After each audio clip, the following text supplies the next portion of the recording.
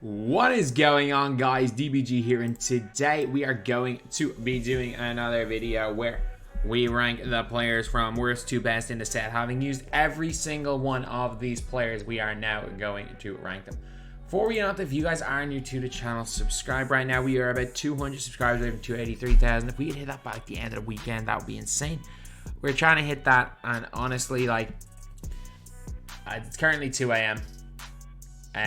I've been working since 11. Took about 2 hours off to watch the Leeds game and working since 11. I gotta be up. Gotta get this video out. Gotta get thumbnails and everything. I gotta be up at like 10 a.m. tomorrow to start work, to finish up the documentary, to finish some other stuff. So this is one of the toughest few days, and I'm doing it all off of St. Patrick's Day hangover. So if you guys could subscribe, be greatly appreciated. And leave a like anyway if you enjoyed the video. So anyway, these are going to be all of these cards. So we're ranking them from worst to best. Basically, I think every one of these are in the same position, whether they're power within or normal. You might say, oh, surely Duncan's power within, that's half range, is way better than this one. It's he's slightly better, but you don't shoot that many range shots with Duncan. But anyway, there were 12 cards here in this set. Let's rank them. Number 12, Doug McDermott. You might be thinking, how is a diamond the worst? Because he's bad. Not a good player build. He won't miss. But his defense, it's not even that bad. You're looking at these badges, you're how is he so bad? The guy can't move. Big dribble style, and he's got a okay jump shot, but it's on normal timing. He will not miss when he's wide open, and he's not a terrible defender. But the guy can't really move at all, and it's hard to even get a shot off with him. But again, this is more of a testament to how good this batch is than how bad Doug McBuckets is, because he's still usable. What Doug McDermott is basically, do you remember Sadiq Bey, the card we had at the start of the year? Even amethyst Sadiq Bey. He's just a way better version of Sadiq Bey. So he's actually not even bad. It's just, he's not even awful. He's pretty bad. But it's just that the rest of the cards are better. So number 11, we got Kris Dunn. The fact, again, Kris Dunn is second last. Kris Dunn's so good. 97 speed, 97 acceleration, 97 speed ball, 90 driving dunk, 97 lateral, 97 steal, 94 perimeter defense, 95 on-ball steal tendency, 99 pass interception, with a solid release, quick dribble style, Scotty behind the back, and 42 goal badges. And this guy is number 11 of 12. CP3 release is fine. His handle's really nice. Again, got that quick dribble style. The Westbrook combo is not too bad. The pro size is not great. Layup package is not the greatest. Circus is a pretty weak one, but he'll hit when he's wide open. He'll move. He'll pass the ball. Again, outside of shooting, he's got every other key badge in the game on gold. And again, they're no hoffs, but still, he's a pretty damn good Ruby player. A lot of gold badges. And number 10, we got Hakim Warrick. So you might be saying, why is Hakim Warrick better? Hakim Warrick just has elite length for that small forward position. So 6'9", 7 foot wingspan, really good length for small forward. His 3 ball's only a 77, but he's a really good release, which is base 5. If you're looking, he's got all the defensive badges you need. He's got a lot of good playmaking badges. Again, he gets quick dribble style as well. Doesn't have a good behind the back, but a really good release in base 5 on quick. He Kareems an awful lot. Again, defensive stats are pretty nice. And look, him versus Kris Dunn is a close one. I think Warrick's I haven't used both of them. I think Warrick was slightly better. But if you want to put Kris Dunn ahead of him, I'm not gonna argue, but I'm gonna have Warrick at 10. I'm gonna have Kris Dunn in here at 11, Warrick at 10. Number 9, we got Culver, and Culver is a damn good card. 90 on ball steal, 88 pass interception. He has a shot 3 tendency of 75, which is not ideal. The lower the better. But 92 speed, 92 acceleration, a really good 3 ball, because if you look at his release, he's got T-Mac base, or T-Mac release, which is same upper, same base as T-Mac, but it's on quick. Fundamental dribble style, again, is better than T-Mac's, which is slasher, which is not bad. It gets good dribble animations. He's got better animation than T-Mac. The only issue is he doesn't come with range. If he came with range, I would be literally calling this guy the 1K T-Mac. Heck, you know what? Screw it. Video tomorrow, the 1K T-Mac is coming. It's coming tomorrow. You better believe it's coming tomorrow. But 85 driving dunk is good. His defense is all around solid. He is a nice card. 50 golds, 2 hoffs, 52 total. Telling you, Culver's a nice card. And at number 8, we got Diamond Joakim Noah. The most underrated card, period, that came out today is Diamond Joakim Noah. His release is not good, but it's not unusably bad. You can green. It's not easy, but you can green with set shot 5 because it's on quick. He's got a weird chest pass over here. The chest pass over is more off putting the set shot 5. He's got fundamental dribble style. Go quick for his step. 83 speed fall, 79 ball handle. Solid speed. Look at his defense though. Like 96, 85, 94, 89, 90, 87. With half interceptor, hustler, clamps, intimidator, post lockdown, rebound, rim, and tireless defender. You can't tell me looking at these defensive badges that he doesn't look solid. He can play at that power forward position as well. So he can play lanes. He can just be a nuisance, especially if you're playing clutch time on the smaller court with him at power forward. If you want to play grit and grind 2K, as in score the ball with Luka or whoever your point guard is, and the rest of your team just need to play defense and not let the other team score. I mean, Noah might be up there with the better centers to run. Again, min shot IQ, min intangibles, which is the sign of a good player. Like a lot of these guys have a very low shot IQ and very low intangibles. The fact he's literally got min IQ and intangibles is a sign that he's a good player for his tier. He actually has a hug zone from the left corner, which is hilarious. But this card here he's number 8. It's not like he's ain't spectacular, but I mean, I think he well and truly deserves his spot in at number 8, and this card's very solid. Number 7, we got Evan Turner. And again, this is just a testament to how good this batch is. I call Evan Turner the cheap kid, and I'm not lying. I agree. I stand by that statement. 6'7", 6'8" wingspan. He's very, very good in terms of his movement. Shifty dribble style. Base 22 and quick. Is a good dunker. Is a solid but not spectacular defender. Shoots the ball from deep. Really fast release. Handles it. Good player build. Honestly, he very much feels he's like a worse kid, but he's 3 KMT. So yeah, telling you, Turner coming in here again. Number 7 is just a sign of how good this set is. And I think you could argue Turner's better than Stephen Curry. I think you can make the argument that Turner's better than Steph. Just because of if you are kind of someone who uses height a lot. So Steph's got like the best defensive stats you can have. He's a perfect shooter. The only issue is that Steph's not going to play defense anyway. And the only difference between this Steph and this Steph is his defense. Like even this Steph and this Steph here. The only difference is defense.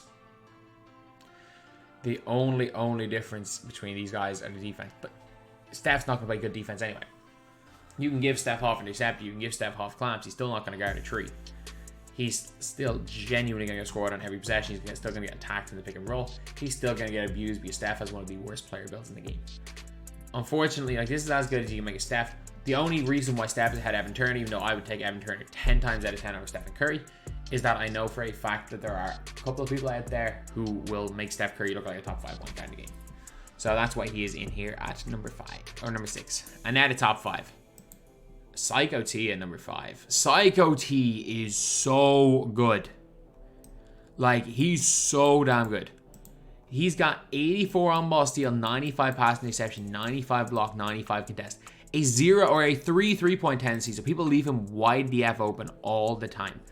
Solid speed and acceleration. Not great speed and acceleration, solid. He's at 90 steal, 90 block, 87 lateral. He's also got an 88 3-ball with base 38 on quick, fundamental dribble style, the normal behind the back, which is actually good. He's got half corner shoot, corner specialist, and catch shoot. He's got range.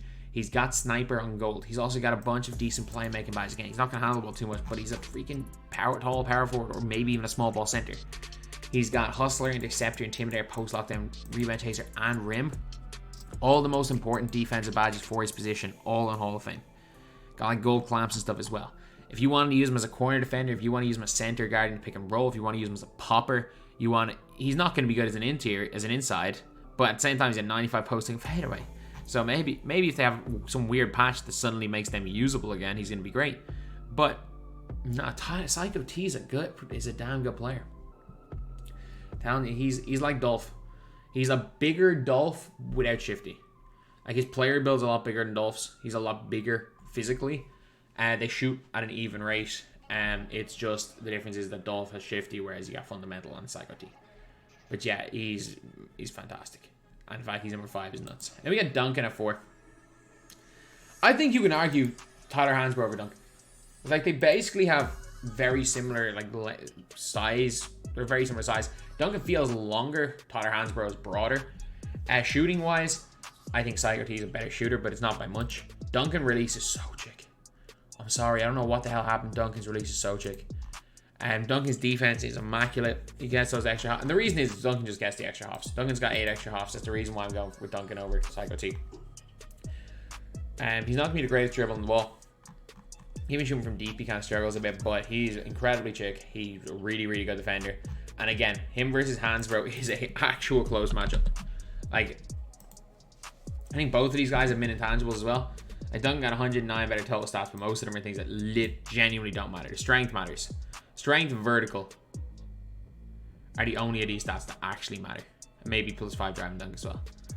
But the rest of them are very similar. But again, both Duncan and Hansbrough for their tiers are min intangibles and min shot IQ, which is huge. Then we got Dwyane Wade. Another guy's almost min intangibles, almost shot IQ. Dwyane Wade, in the right hands, is a top 3-point guard in the game. That's why he's in here at number 3. But I think you can put Wade. I think after Steph, you can put Hansbrough, Duncan, and Wade in any order you want. But Wade's got that he's got that huge player build and the long wingspan. As well as that, when smaller guys get beaten badly, it's normally because their inability to just get in certain lanes.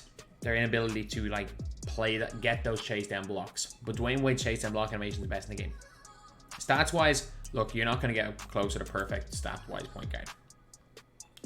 He's also got, like, half limitless, half sniper, half catch and shoot. The other version of him gets everything except gold limitless instead. They're the same card.